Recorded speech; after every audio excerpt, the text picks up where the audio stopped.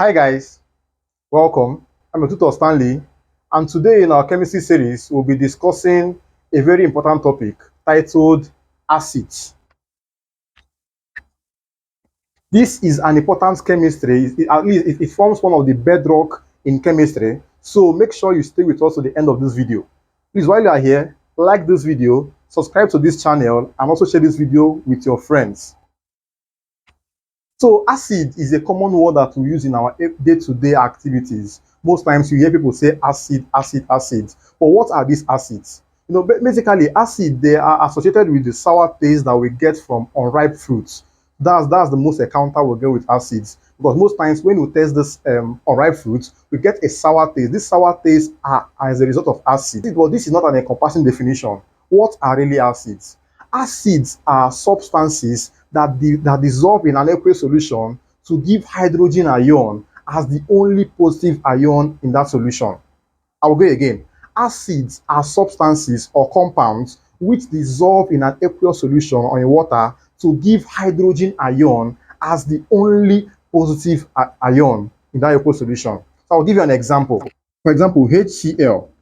Okay, so when HCl dissolves in water, it's going to ionize. Ionize means forming ions. Okay, so it's going to form hydrogen ion plus chloride ion. Nice. So this hydrogen ion, when this compound dissolves in water, this makes this compound an acid. So acids are compounds that dissolve in water to produce hydrogen ion as the only positive ion in the solution.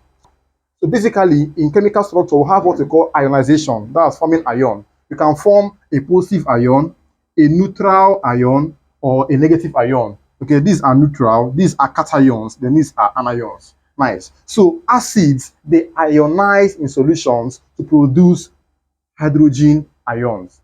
Nice. Also, acids can be organic or inorganic. Okay, that's class of acid. You can have organic acid or inorganic acid. Nice. Organic acids are acids that you can get from natural products, while inorganic acids are acids that you can synthesize maybe in the laboratory or in some analysis. Yes. So an example of organic acid include ethanoic acid. Okay. Another name for ethanoic acid is propanoic acid. We get this ethanoic acid from vinegar. So it's natural. Natural. Nice. Also, we have amino acids. Okay, so what are the source of these amino acids? The natural source of amino acids. We get them from proteins. Are you following? Nice. So also we have lactic acid. Okay, the source of lactic acid is milk. So these are examples of organic acids. The other examples include tartaric acid. We have boric acid, etc.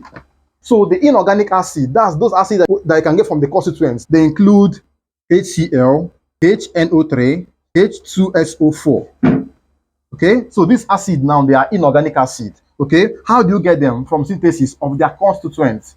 You get them from what? The synthesis of their constituents. So what are they made of?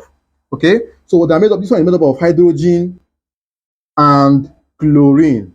Okay, so the constituent of HCl is hydrogen and chlorine. So once you combine two of them together, you can now form an inorganic acid called HCl. Okay, here now we have hydrogen as a constituent. Hydrogen, you have nitrogen, you have oxygen. So when you combine hydrogen, nitrogen, and oxygen in the right proportion, you can now form inorganic acids. So basically, we have organic acid and inorganic acid. Also have a subtopic called the dilute acid and the conc acid. If you bring an acid A and add a large amount of water, and you bring that same amount of acid A and add a small amount of water. Okay, so when you add a large amount of water, you're going to form a dilute acid. So a dilute acid has more water than a conc acid. So, but if you add a small water to an acid A, you're going to form a conc acid. Conc means concentrated acid. So a dilute acid has more water than a conc acid. In experiments, you don't add water to acids. Okay, you add acid to water. Please don't forget, please. MB, add acid to water and not the other way around, especially conc acid. Conc acid. Okay, this is because most times when you add water to conc acid, okay, the solution tends to splatter up, it tends to split up, and it's corrosive. It can burn up the scientists or the student doing the experiments. So note, just always remember to add acid to water and not the other way around.